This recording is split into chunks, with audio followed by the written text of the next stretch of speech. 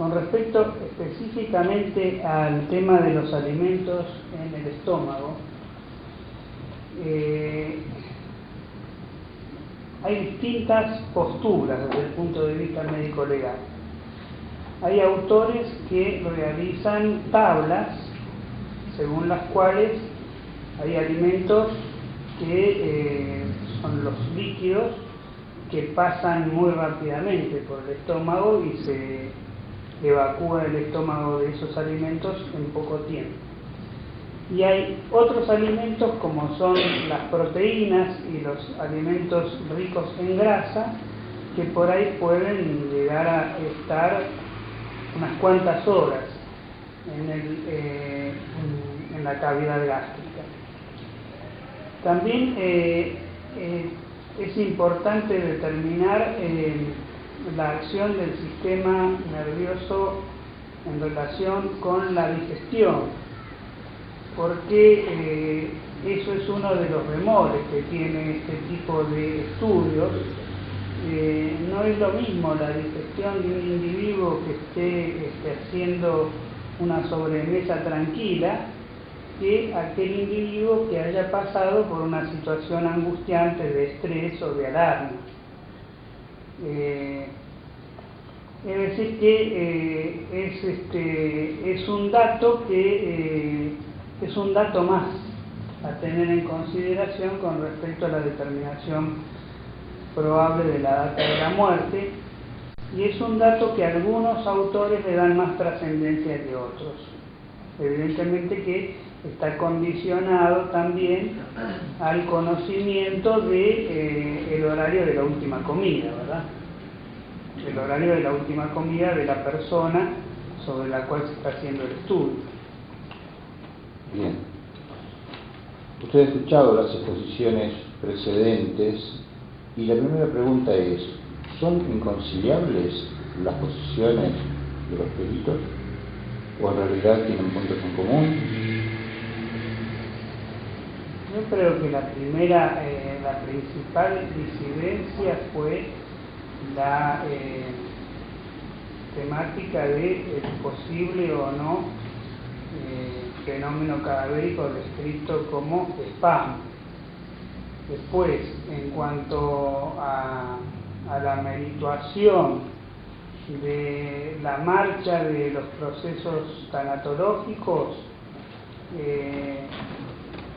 se debe comprender que también se expusieron dificultades que no son solamente propias de los fenómenos tanatológicos, sino dificultades que surgieron a partir de escasos datos que podían utilizarse para generar un mayor grado de certeza. Es decir, cuanto más datos haya, los términos se pueden acortar más.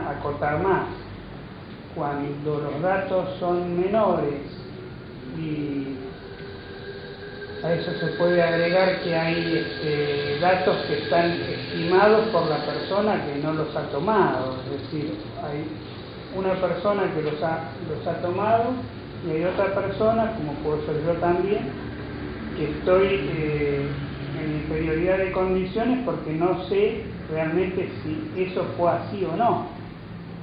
Lo que decía el señor presidente, que eran datos subjetivos. Entonces todo eso genera una dificultad importante en cuanto al grado de limitación del margen de horas. Bien, muy clara la respuesta y no tenemos preguntas, señor. ¿Desea formular ninguna pregunta? ¿Los señores defensores desean formular una pregunta? Ninguna. ¿Doctor? ¿Doctor? Sí.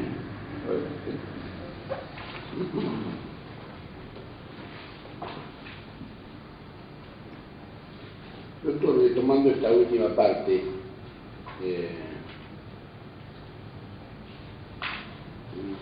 si no interpreto mal, y me corrige en ese caso,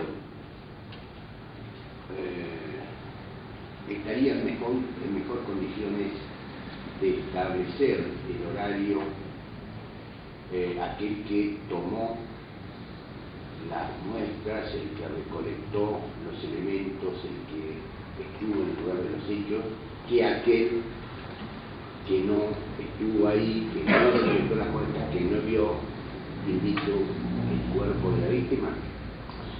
Sí, en realidad una autopsia médico-legal colabora en la determinación de la data de la muerte, pero es importante el lugar del hecho, es decir, todo lo que se pueda rescatar de los datos que puedan surgir del levantamiento del cadáver y de todo el ambiente en el cual se desarrolló el hecho, que, como decían los peritos anteriormente que estuvieron aquí, es trascendente saber qué temperatura había, qué temperatura tenía el agua, qué temperatura tenía la cámara fría. No sabemos nada de la cámara fría donde el cuerpo pudo haber estado más o menos horas. Pero eso también influye para los cálculos de todos los fenómenos cadávericos. Pues le reitero la pregunta. Si es que existe una diferencia, ¿no? ¿Existe diferencia en teoría, el que estuvo en el lugar de los hechos, vio el cadáver y en teoría, el que está en el lugar del hecho y después está en la autopsia tiene mayores elementos de juicio, pero también hay que ser objetivo en decir que esos elementos de juicio no se han plasmado en los informes. Esos elementos de juicio coincide usted en que fueron escasos. Claro, si se pudieran haber rescatado más. Mejor dicho, me expliqué mal, no fueron los ideales. ¿No? A lo mejor estuvieron bien tomados, etcétera, pero faltaron otros. Temperatura corporal disminuida, por ejemplo, es un dato muy vago. El doctor explicó que no se tomó la muestra de temperatura rectal y dio las razones por las cuales no se hizo. Pero son pocos los datos que uno tiene como para hacer un análisis retrospectivo con mayor certitud o certidumbre con respecto a un lapso pequeño de tiempo. ¿Usted considera que la temperatura rectal hubiera dado un dato que podría haber aportado mayor certeza a la determinación del horario? Sobre todo antes de ingresar a la cámara fría. Es decir, no coincide con el doctor Alsina en que ese dato... No, pero el doctor Maldonado en algún grado de la exposición que dio también hizo mención a que se está tratando de que evidentemente se recolecten datos antes de la muerte, en el lugar del hecho. Sí, me refiero, pero usted recuerda que el doctor Alsina, cuando le preguntamos, esto espontáneamente no recuerdo, dijo que él no tomaba la temperatura rectal porque en su experiencia no le había sido de mucha utilidad. ¿Coincide usted con eso o discrepa? Discrepa. Segunda pregunta, doctor, o tercera, no sé. Respecto a la presencia del espasmo... Discúlpeme, doctor. Creo que él hizo mención a que como el cadáver estaba en un medio líquido, eso un poco desvirtuaba la utilidad de la toma de temperatura porque había estado un tiempo en medio líquido. En cierta manera tiene razón, pero de cualquier manera sería mejor contar con una temperatura. Es decir, porque cada... Pero yo digo, tomando las potenciales los potenciales horarios en que se había producido la muerte según uno u otro perito, uno habló desde las 12 y el otro habló desde las 3 de la tarde. Al horario de la inspección, no recuerdo cuál era, pero si no me recuerdo mal, son las 22 horas, 22:15, ¿no? Estamos hablando en un caso de 10 horas máximas y en el otro caso 7 horas máximas. ¿En cuánto se modifica la temperatura del agua y en consecuencia? La temperatura normalmente... ¿En qué porcentaje? Depende, digo la cantidad de grados porque no sabemos qué cantidad de grados hacía. Supongamos que el cuerpo está a 37, 38 grados que sería la temperatura habitual, y que el medio ambiente puede estar alrededor de 20 grados. Creo que hay un informe meteorológico agregado, si no me equivoco.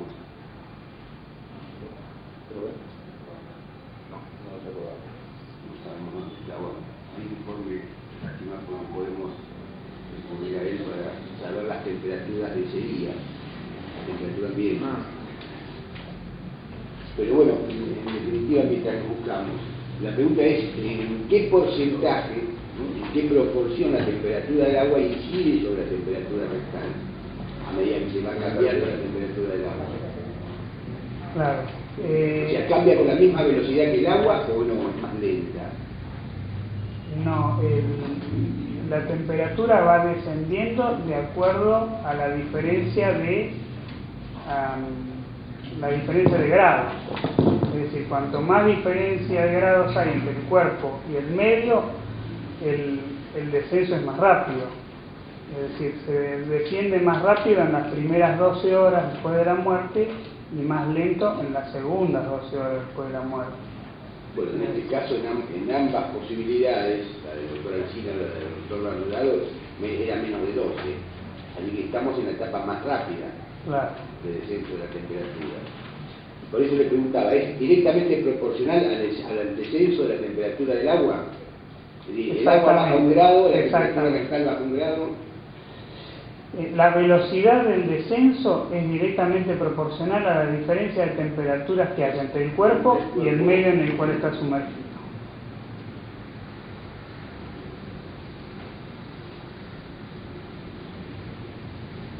Bien, y ahora paso a el proceso del espasmo, en el cual hubo discrepancias también importantes.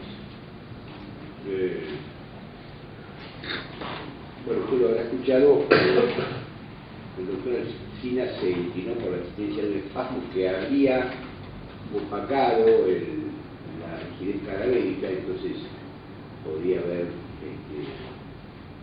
ocultado un poco las características que esa rigidez aporta y en consecuencia la posibilidad de, a partir de la rigidez, de establecer el momento del hecho. Mientras que el doctor Maldonado me pareció ver que, si bien no la descartaba absolutamente, pensaba que en este caso era muy difícil que hubiera existido. Creo que pregunté yo y le pregunto a usted ahora, porque no se me ocurre otra forma, después de la descripción de lo que es un espasmo, la posición en que quedó el cuerpo, con un brazo bajo su pecho y el otro al costado hacia la cabeza, ¿puede ser un síntoma de espasmo o es típico de la rigidez cadavérica? Primeramente quiero hacer mención a qué sucede cuando un cuerpo fallece por sumersión. Es decir, la asfixia por sumersión produce una anoxia progresiva, es decir, una falta de oxígeno en los tejidos, y esa falta de oxígeno va a generar un trastorno en el estado de conciencia, y después de la pérdida de la conciencia surgen movimientos automáticos, anormales, pero propios de un individuo que está sufriendo una hipoxia. Es decir, que un individuo que se está ahogando, una vez que perdió la conciencia, tiene convulsiones, tiene movimientos, y esos movimientos son parte del proceso asfíctico, Es decir, que la persona pudo haber tenido otra actitud antes del proceso asfíctico y terminar en otra posición después del mismo.